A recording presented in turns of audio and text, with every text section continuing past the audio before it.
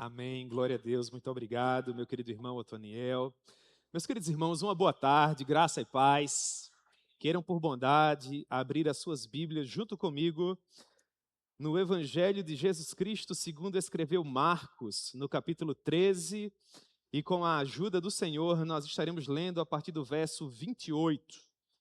Evangelho do Senhor Jesus, conforme nos escreveu Marcos, capítulo 13, verso 28. O Senhor propôs uma palavra de encorajamento ao meu coração. Vamos pensar um pouco a respeito de que nós estamos na porção final da nossa jornada. O Senhor Jesus se encontra mais próximo de nós agora do que quando no princípio nós cremos. As portas douradas da cidade santa que nos aguarda por toda a eternidade já estão tão próximas de nós, irmãos, que quem sabe levantando mais, ou melhor, os nossos olhos espirituais, nós conseguiremos enxergá-la. Então é tempo de nós fixarmos os nossos olhos naquilo que nos aguarda no final, silenciarmos as vozes que tentam fazer com que nós venhamos a tomar atalhos, de modo a sair do bom caminho, e nos esforçarmos ao máximo que nós pudermos para não perder de vista o prêmio que nos aguarda, a nossa salvação eterna, o triunfo glorioso que nós teremos nas bodas do Cordeiro. Portanto, na qualidade de peregrinos e forasteiros que somos, vamos seguir firmes a nossa jornada, porque aquele que nos fez a promessa é fiel. Amém? Pois bem, capítulo 13, verso 28, a palavra do Senhor nos diz assim: Aprendei, pois, a parábola da figueira. Quando já os seus ramos se renovam e as suas folhas brotam, sabeis que está próximo o verão. Assim também vós, quando virdes acontecer estas coisas, sabei que está próximo, às portas. Em verdade vos digo que não passará essa geração sem que tudo isso aconteça. Passará o céu e a terra, porém as minhas palavras não passarão. Mas a respeito daquele dia ou da hora, ninguém sabe, nem os anjos no céu, nem o Filho, senão o Pai. Estais de sobreaviso, vigiai e orai, porque não sabeis quando será o tempo. É como um homem que, ausentando-se do país, deixa a sua casa, dá autoridade aos seus servos, a cada um a sua obrigação, e ao porteiro ordene que vigie.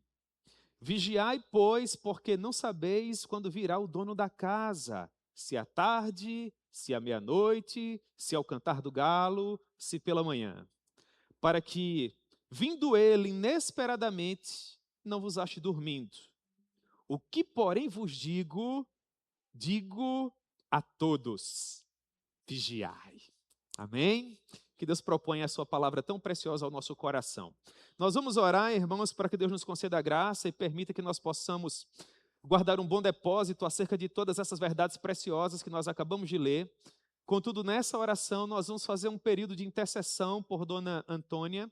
Ela vai submeter, se o Senhor permitir, amanhã a um processo cirúrgico, para que Deus conceda a graça e tudo ocorra muito bem, e ela possa se recuperar o mais rápido, no nome de Jesus. Vamos agradecer também pela cura da nossa irmã Letícia, que graças a Deus está bem, dando aleluias a Deus aqui por ocasião do louvor. Isso é muito bom. Nossa irmã Solange também terminou um momento muito especial do seu tratamento. Eu creio que em breve nós estaremos compartilhando aqui da vitória da irmã Solange. Então vamos agradecer e também interceder, e no final vamos orar pela palavra. Amém?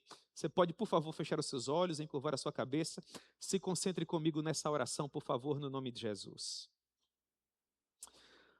Oh, meu Deus, nós amamos o Senhor com toda a força do nosso coração. E é motivo de muita alegria para nós, ó Pai, subirmos até esse local onde temos liberdade para engrandecermos ao Teu nome e agradecermos a Ti, ó Pai, por Tua benesse, por Tuas maravilhas em nossa vida. Meu Deus, nesse momento nós fazemos menção à intervenção pela qual vai submeter Dona Antônia. Meu Deus, que o Senhor possa, nesse momento, encorajar a Tua filha, se bem que nós sabemos que há poder suficiente em Ti para curá-la nesse momento, enquanto o Teu povo ora. Nós também entendemos que o Senhor pode desejar curá-la por meio da sabedoria médica. Pai, seja de uma ou de outra forma, que a Tua filha seja tomada nesse momento de toda paz, que o teu Espírito possa ampará-la e bem assim aos seus familiares, que naturalmente intercedem por ela, esperando, ó Deus, que tudo ocorra muito bem. Portanto, tenha misericórdia, Senhor. Conceda graça àqueles profissionais da saúde que estarão trabalhando para que a tua filha venha recuperar-se dessa enfermidade que lhe acomete. E que o quanto antes, ó Deus, quem sabe já agora terça-feira, talvez no próximo domingo, nós possamos agradecer por mais essa vitória, compartilhando com a igreja que Dona Antônia se encontra bem, se recuperando, e nós nos alegraremos com isso, Senhor. Nós também te agradecemos, ó Pai, pela cura de Letícia, da nossa querida irmã Solange. Eu creio, ó Pai, que teremos boas notícias o mais rápido possível. Muito obrigado, ó Pai.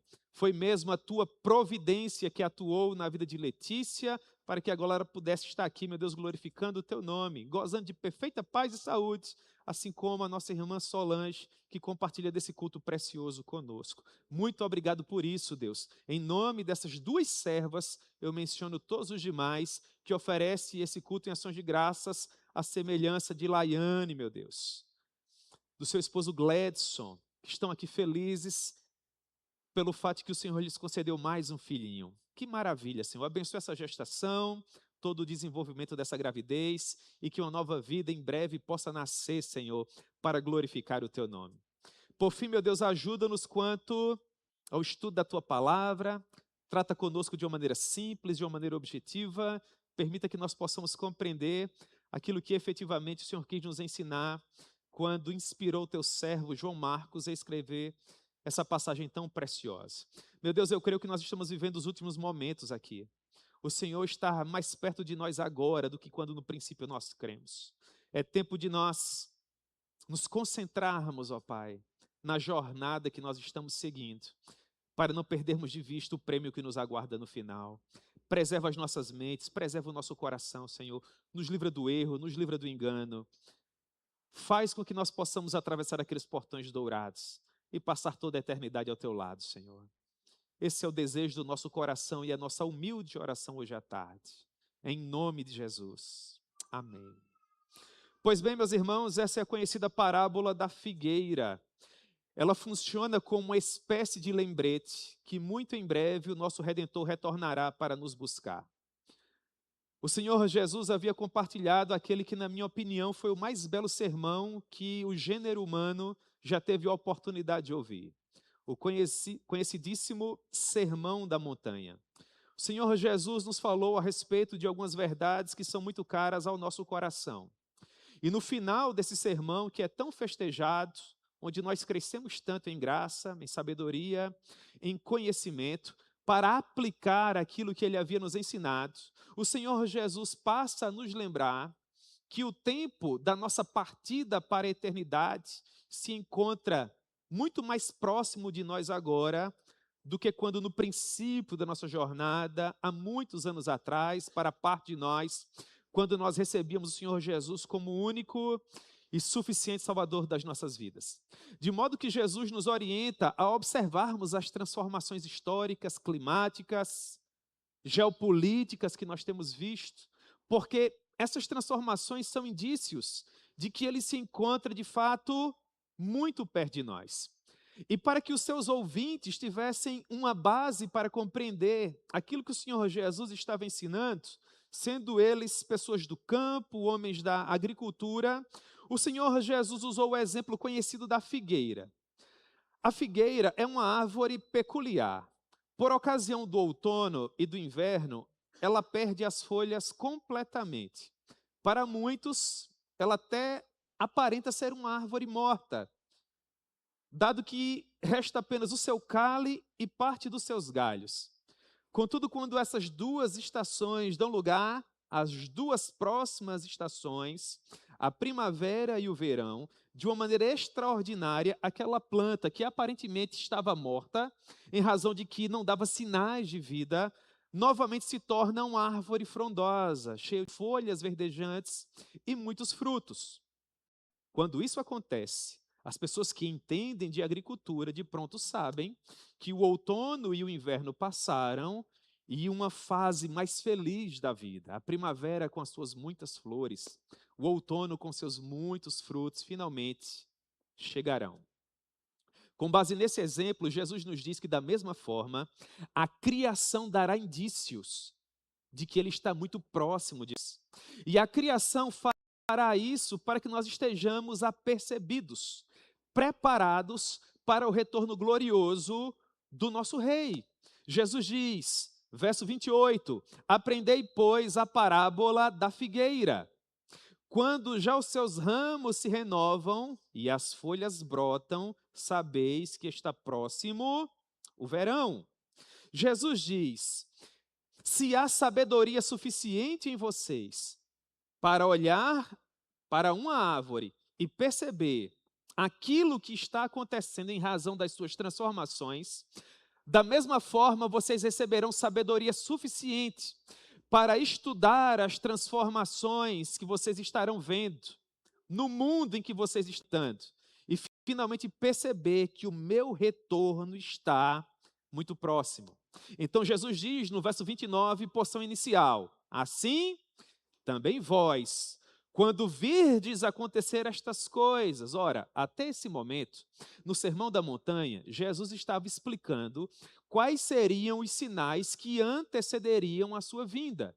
É por isso que no verso 29 ele diz, quando virdes acontecer estas coisas, e a pergunta é, quais coisas? Ora, em primeiro lugar, o princípio das dores. Jesus diz, olhe para o verso 3 de Marcos capítulo 13. Os discípulos foi quem provocou essa discussão. Eles chegaram para o Senhor Jesus e perguntaram para ele em particular, verso 4, mestre, dize-nos quando sucederão essas coisas e que sinal haverá quando todas elas estiverem para se cumprir? Em outras palavras, os discípulos estavam perguntando, mestre, nos explique de uma maneira mais detida, mais profunda, quais serão os sinais, os indícios que a criação nos dará para que nós tenhamos certeza de que de fato o Senhor já está voltando para buscar o seu povo, a sua igreja. Portanto, a indagação dos discípulos pode ser dividida em dois pontos. Em um primeiro momento, eles perguntam, quando acontecerão os sinais que mostrarão o fim dos dias? Mas, em segundo lugar, eles também perguntam, quais sinais serão esses para que nós possamos ter certeza de que o Senhor de fato está voltando? Então, no primeiro momento, irmãos, vamos pensar em quando acontecerão os sinais que mostrarão que nós estamos vivendo os últimos momentos sobre a face da terra. Quando é que isso acontecerá? Ora, segundo o Senhor Jesus, isso acontecerá nos últimos dias. E os últimos dias foram inaugurados após o nascimento de Jesus. No momento em que Jesus nasce do ventre da Virgem e passa a habitar sobre a face do planeta Terra, ser humano, assim como nós somos, naquele momento nós passamos a viver a fase final da humanidade. Essa é uma verdade teológica inafastável. Mas quando ele estivesse de fato bem próximo do seu retorno glorioso, daquilo que nós chamamos de arrebatamento, algo aconteceria.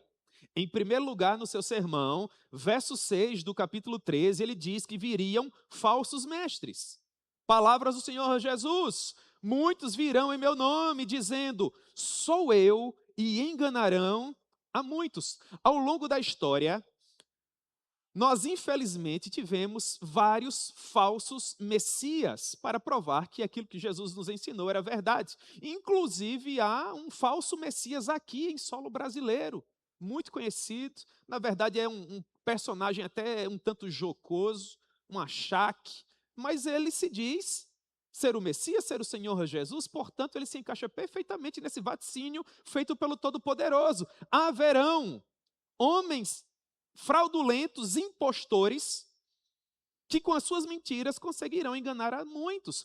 Portanto, esse é um primeiro indício de que nós estaremos vivendo os últimos dias.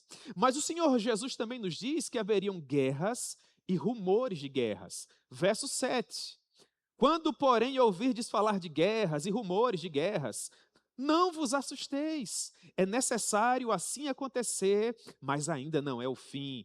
porque se levantará nação contra nação e reino contra reino. Nunca foi maior em nossa história a quantidade de conflitos bélicos que nós temos vivido. A todo tempo nós ligamos os jornais e as pessoas mencionam Terceira Guerra Mundial, conflitos na Ásia, conflitos na Europa, guerras intestinas dos mais variados continentes. Nós estamos vivendo uma época em que muito sangue está sendo derramado. É de partir o coração.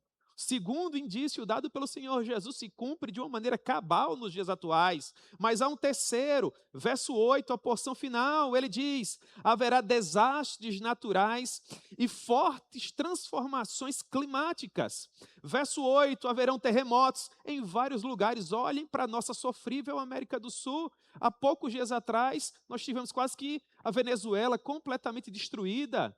A seguir, a Colômbia. Várias pessoas perderam suas vidas, muitas outras desabrigadas. O presidente de um desses países visitava uma cidade e dizia que a situação era apocalíptica, mas essa expressão chamou muito a minha atenção. Há pouco nós tivemos um outro no Japão. A criação gemendo, irmãos, com dores de parto. Fora isso, há tufões e maremotos, tsunamis, coisas que acontecem e que nos perturbam profundamente. Mas há ainda um quarto sinal, além dos falsos cristos, das guerras e rumores de guerras, dos desastres naturais, das transformações climáticas, também haverá profunda perseguição contra os cristãos, perseguição que se intensificará à medida que Jesus estiver mais próximo do seu retorno. O verso 9 diz, ainda do capítulo 13, estais vós de sobreaviso, porque vos entregarão aos tribunais e às sinagogas, sereis açoitados e vos farão comparecer à presença de governadores e reis, e por minha causa, para lhes dar testemunho, vocês serão levados até eles. Mas é necessário que primeiro o evangelho seja pregado a todas as nações. Quando, pois, vos levarem e vos entregarem, não vos preocupeis com o que haveis de dizer, mas o que vos for concedido naquela hora, isso falai, porque não sois vós que falais, mas o Espírito Santo. Agora, olhe para o verso 12. É de partir o coração. Na minha humilde maneira de ver, é bem o momento que nós estamos vivendo. O texto diz, um irmão entregará à morte outro irmão, e o pai ao filho. Filhos haverá que se levantarão contra os pais e os matarão. Sereis odiados de todos por causa do meu nome. Sofrimento atroz. Tudo o que nós temos visto, contudo o Senhor diz, aquele porém que perseverar até o fim, este será salvo. Quando todos esses sinais que o Senhor Jesus mencionou estiverem acontecendo, nós saberemos que estamos vivendo nos últimos dias. Mas há uma segunda pergunta que os discípulos fizeram. Quais sinais serão dados para que nós tenhamos certeza disso?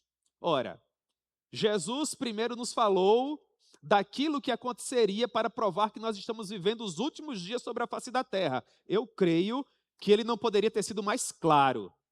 Agora ele passa a nos dizer quais seriam os sinais para que nós pudéssemos somar os primeiros indícios que apontam para o fim dos tempos, com esses sinais que agora nós vamos mencionar e finalmente termos uma certeza inafastável que nós precisamos nos santificar cada vez mais, porque o nosso Deus está muito perto de voltar.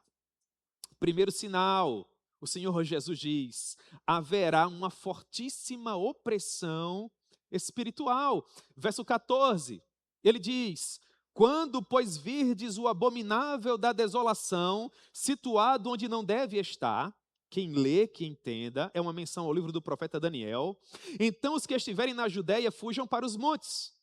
Quem estiver em cima no eirado, não desça, nem entre para tirar da sua casa coisa alguma.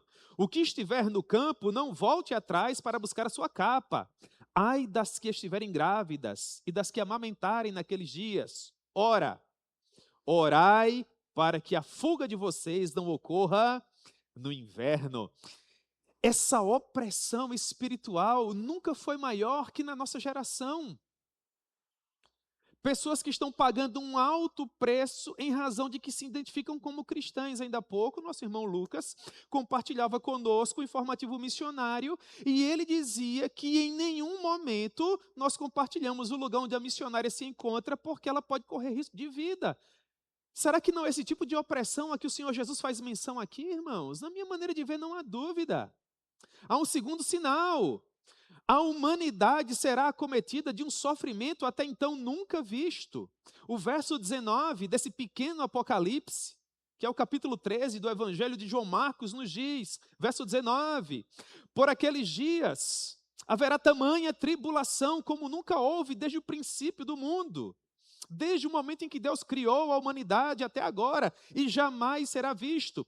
Não tivesse o Senhor abreviado aqueles dias, ninguém se salvaria, mas por causa dos crentes, dos eleitos, dos cristãos que Ele escolheu, Ele abreviou aqueles dias. Irmãos, nós estamos sobrevivendo porque Deus é gracioso.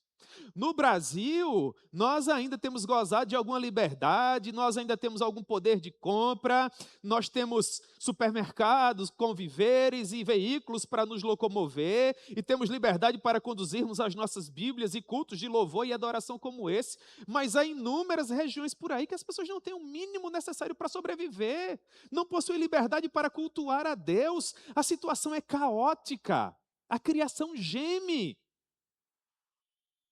para que o rei retorne o mais rápido. A forte opressão espiritual, somada a este terrível sofrimento que a igreja já tem enfrentado, será palco perfeito para o surgimento ainda maior, não apenas de falsos cristos, mas do próprio anticristo, cujo espírito já atua no mundo. Então Jesus diz no verso 21, se alguém vos disser, o Cristo se encontra ali, não deem ouvidos, não acreditem. Jesus nos dizendo que surgiriam homens que seriam impostores tão poderosos que até mesmo os crentes, caso não tivessem cuidado, se deixariam enganar por eles.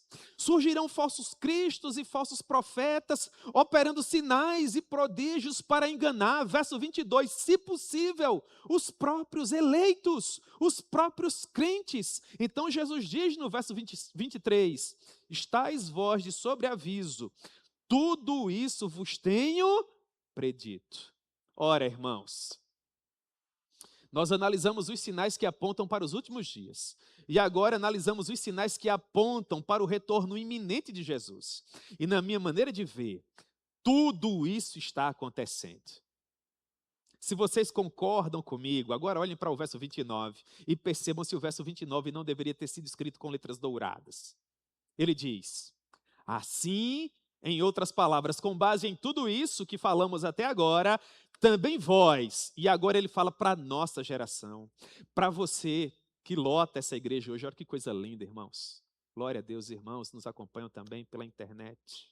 Ele diz, quando virdes acontecer estas coisas, nós estamos vendo ou não estamos? Sim, nós estamos. Quando virdes acontecer estas coisas, sabei que está próximo às portas. Pode ser hoje. Se bem que já passou um pouquinho do horário, irmãos.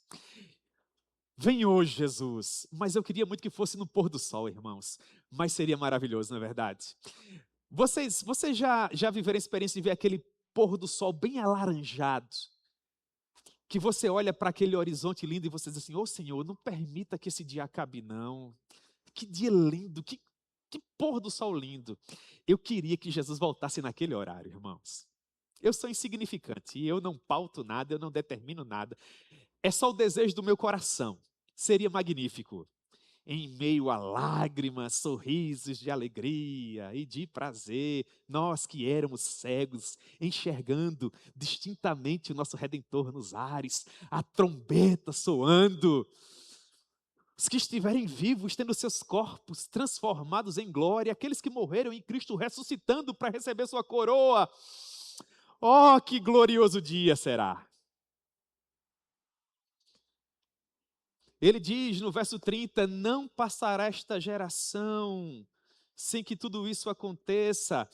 Passará o céu e a terra, porém as minhas palavras não passarão. E aqui eu quero fazer uma advertência solene a você. Porque essa mesma mensagem foi pregada há muitos e muitos séculos atrás. Havia um grande homem de Deus chamado Noé. Noé foi o homem levantado por Deus para salvar aquela geração. Uma geração corrupta, uma geração perversa que havia dado as costas para Deus. E Deus propiciou uma saída, um grande barco, um verdadeiro navio, a famosa Arca de Noé. E por 150 anos, aquele pregador das boas novas de salvação literalmente implorou para que todas as pessoas que desejassem entrassem naquele barco. E as pessoas, na verdade, faziam pouco caso, porque até então não havia chuva sobre a face da terra. As plantas eram regadas por uma espécie de neblina que Deus permitia que brotasse. Quando Noé dizia que o mundo de então seria destruído por meio de água, as pessoas achavam que ele estava louco. Na mesma proporção em que agora os pregadores do evangelho, os missionários estão dizendo que esses céus e essa terra que agora nós vemos passarão. Não ficará aqui pedra sobre pedra. São palavras do Todo-Poderoso.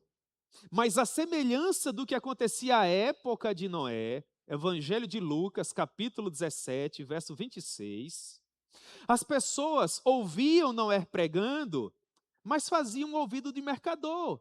Elas, verso 27 de Lucas 17, comiam, bebiam, casavam, davam-se em casamento, até o dia, prestem atenção, irmãos, até o dia. Deveria haver raios e trovões agora, até o dia que Noé entrou na arca.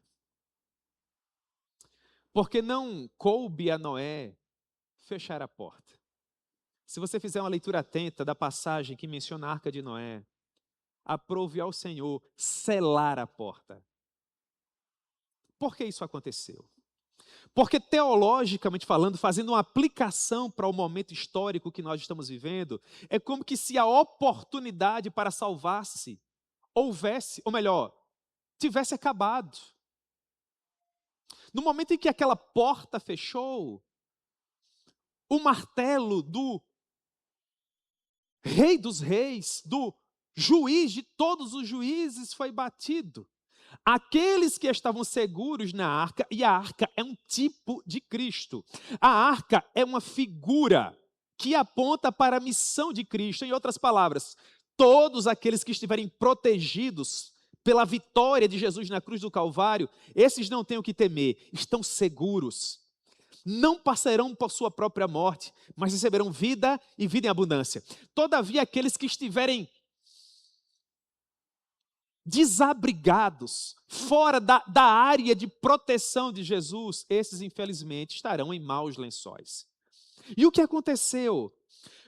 Quando finalmente começou a chover, irmãos, e os porões da terra se abriram, e as águas começaram a inundar a face da terra, vocês acham que as pessoas correram para onde?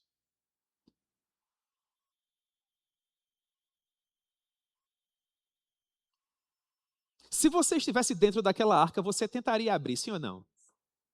Eu também tentaria, Alene. Só que, preste atenção, esse é o momento, olhe para o pastor.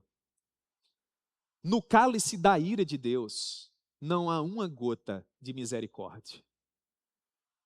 No momento em que ele fechou aquela porta, ele não mais abriu. E haviam pessoas das mais variadas idades batendo ali. Cabelos grisalhos, jovens, adultos, mamães e papais, vovôs e vovós. E todos eles pereceram, irmãos.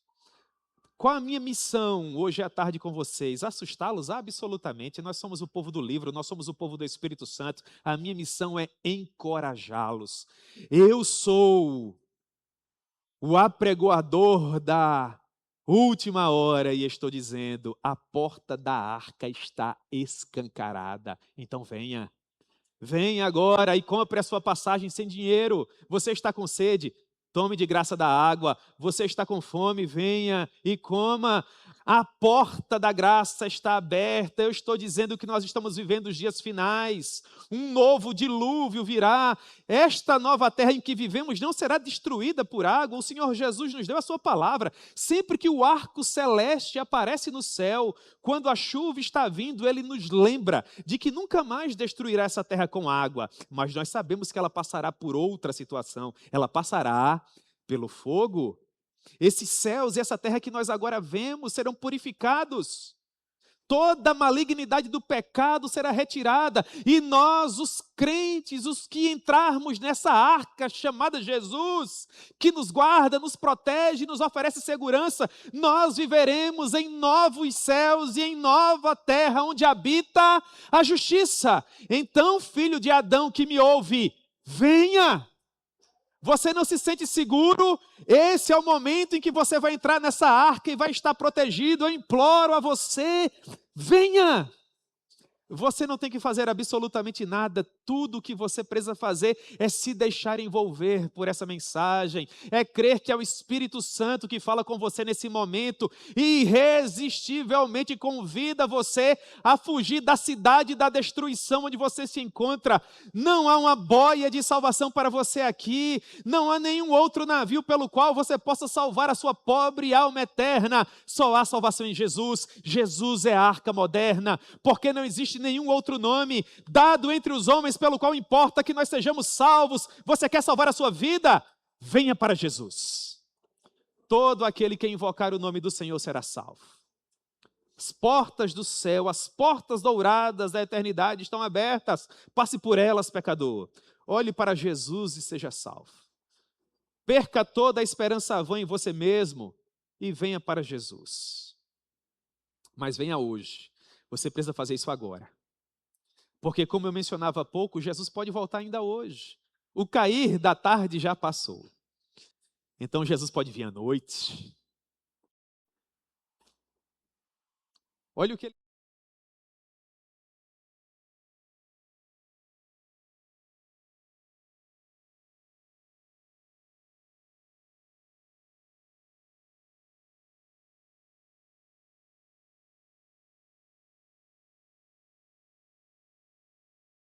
de grifar sua Bíblia, então vai lá e grifa esse vigiai. Esse é o termo, vigiai.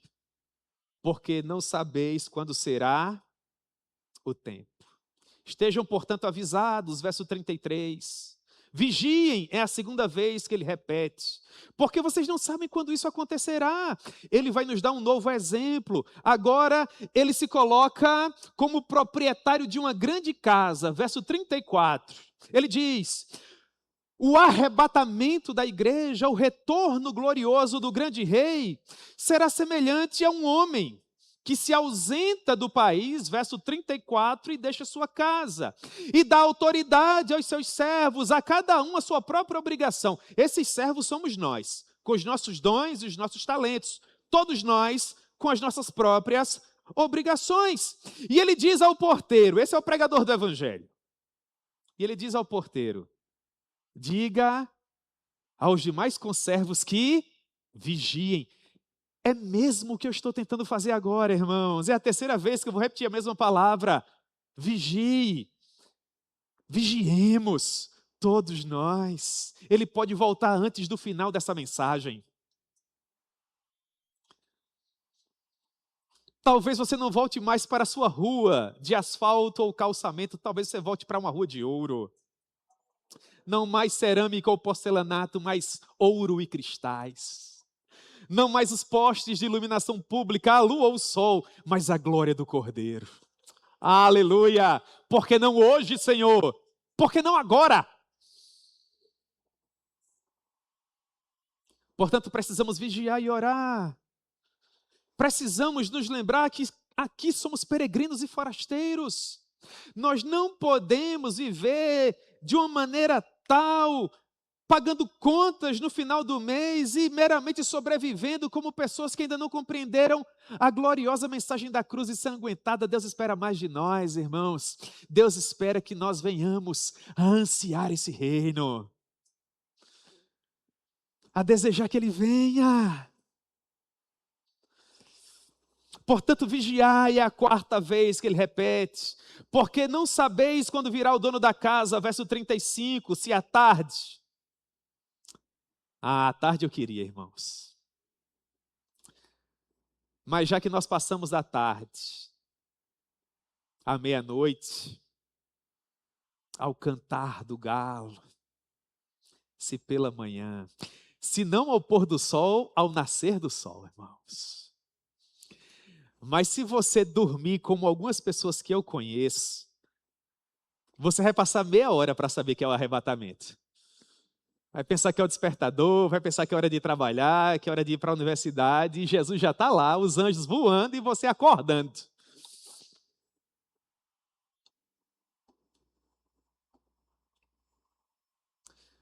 Olhe para o verso 36.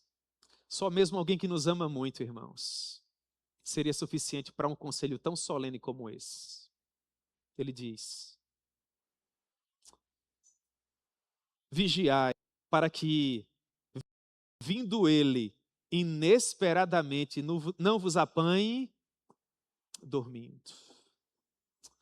Ah, irmãos, dormir aqui é um eufemismo para despreparados. Uma passagem que ilustra muito bem o que Jesus procura nos ensinar aqui se encontra no Evangelho segundo escreveu Mateus, no capítulo 25. A famosa parábola das virgens. O Senhor Jesus nos diz que o retorno dele será semelhante a 10 virgens, que tomaram as suas lâmpadas e saíram para se encontrar com o seu noivo. 5 delas eram prudentes e 5 delas eram tolas. As prudentes, o que fizeram? Levaram azeite a mais. Elas estavam preparadas. É a ideia daquele povo que ora. É a ideia daquele povo que lê a Bíblia. É a ideia daquele povo que frequenta a igreja. É a ideia daquele povo que é santo porque o seu Deus é santo. Aponta para aquele povo que não vê a hora de voltar para casa, irmãos. Se você compreendeu a mensagem da cruz, não importa quão confortável seja a sua vida. Ainda que você esteja bem vestido, bem alimentado, em uma casa confortável, você deita a sua cabeça no travesseiro à noite e você diz: por que tu não viestes hoje, Senhor? Eu vou ter que viver mais um dia aqui, sofrendo as pressões desse mundo que jaz no maligno. Se não hoje, por que não amanhã, Senhor? Essa é a vida de quem quer morar no céu, irmãos. Não há nada para nós aqui. Não há conforto que se compare com aquilo que nos aguarda na glória, com tudo que Ele tem preparado para todos nós no porvir. Que as suas lâmpadas estejam acesas. Na parábola das virgens, à meia-noite, as pessoas ouviram um grito: eis o noivo! Havia uma missão, quando eu era jovem, chamada da meia-noite.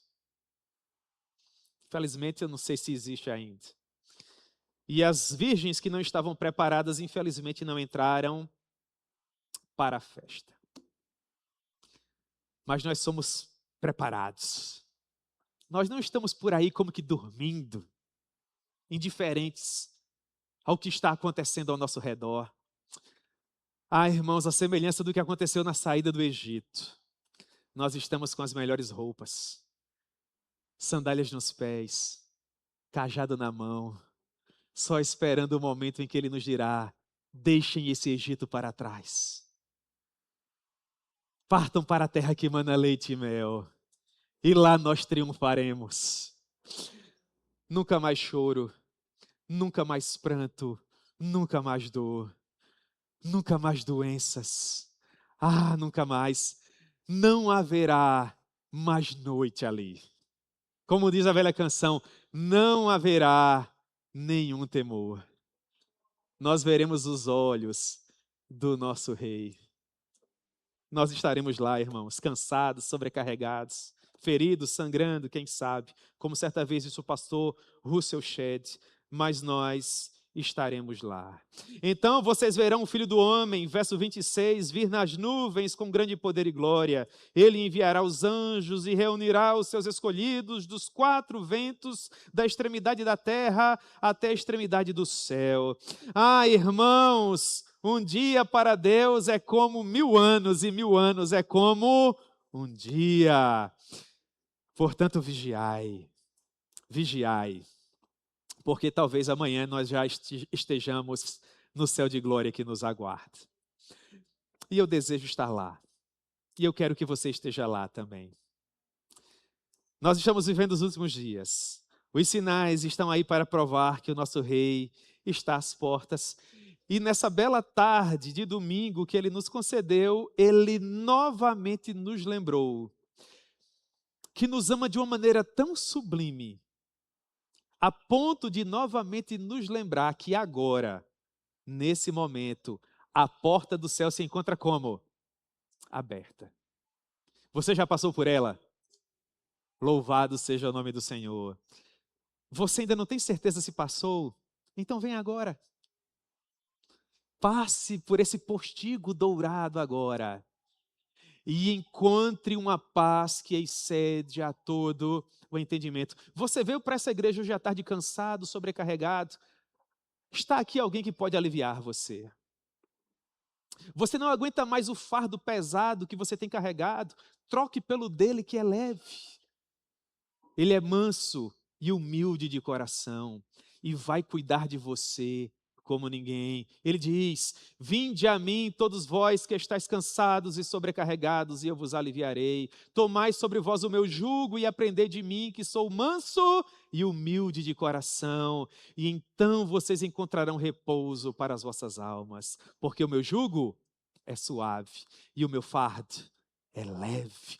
Venha para Jesus, venha agora, esse é o momento, esse é o seu grande dia, o segundo dia mais importante da sua vida, o dia em que o fardo do pecado cairá das suas costas, toda a dívida que você tem para com Deus será finalmente paga, toda a ira será afastada e todo o seu ser será tomado de amor. Você não saberá distinguir em palavras aquilo que você estará experimentando. Você não saberá dizer se porventura você foi elevado aos céus ou se os céus desceram até você. Você finalmente experimentará aquele tipo de loucura que alguns daqueles irmãos preciosos com os quais você convive um dia viveram. Aquele momento em que eles conheceram a Jesus e falavam de Jesus pela manhã e depois à tarde e finalmente à noite, e as pessoas diziam: o fulano enlouqueceu porque agora só fala em Jesus. Mas é porque a alegria é contagiante, nós não conseguimos segurá-la dentro de nós, nós queremos compartilhá-la pelos quatro cantos do mundo, porque não há nada que se compare a ser alcançado por Jesus. E é isso que eu desejo para você hoje à tarde. Venha para Jesus, pecador, abra mão desse mundo que jaz no maligno, não há nada para você aqui, venha para um céu de glória que aguarda você, porque não hoje? Hoje é o dia da sua vitória.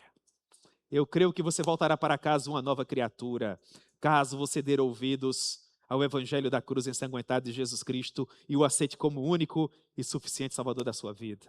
Eu gostaria de convidar os irmãos do louvor aqui à frente, não poderia ser diferente, não é, irmãos?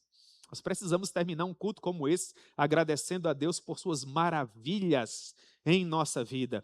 Mas enquanto os irmãos do louvor se aproximam, eu quero fazer algumas breves considerações finais. A primeira delas: não perca de vista que a parábola da figueira é uma advertência solene. Jesus está dizendo: eu estou voltando, se prepare.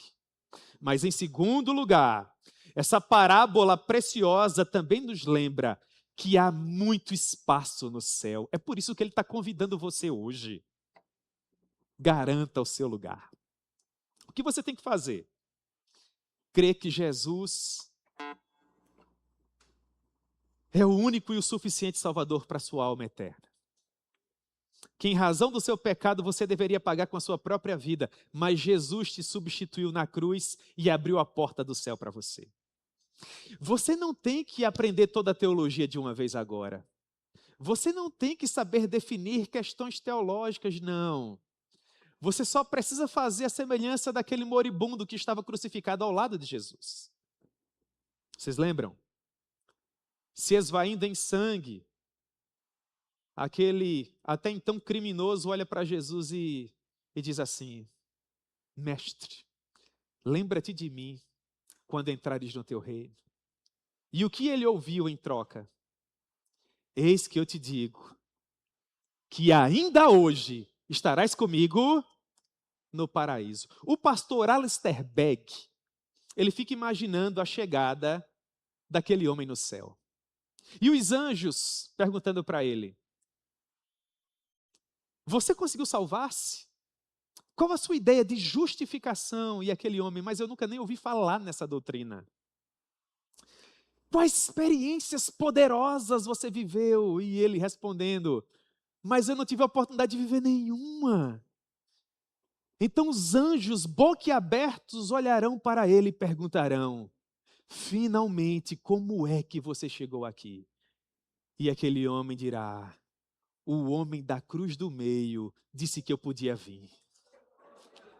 É tudo o que você precisa saber hoje à noite. Que o homem da cruz do meio disse que você era bem-vindo na casa dele. Então venha, venha para Jesus. Saia daqui hoje à noite com a certeza absoluta que você está seguro, sem ter o que temer. Amém?